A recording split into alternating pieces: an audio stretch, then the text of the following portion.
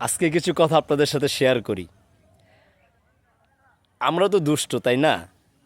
আমাদের সাথে চললে আপনার সন্তান নষ্ট হয়ে যাবে, আপনার সন্তানে আজে বাজে চলাফেরা আমাদের জন্য ক্ষতির কারণ হয়ে যাবে।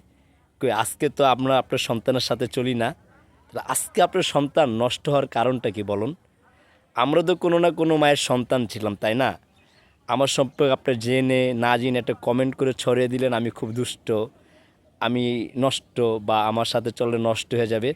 আপনার সন্তান আজকে যে কতটুকু নষ্ট হয়ে গেছে আপনি সে খবরটা রাখেন? জানেন? জানেন না।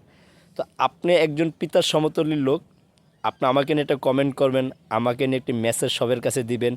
আগে আপনি নিজের জায়গাটা দেখেন, আগে আপনি নিজের জ্ঞানটা নেন, তারপর একটা কমেন্ট করা আপনার উচিত ছিল।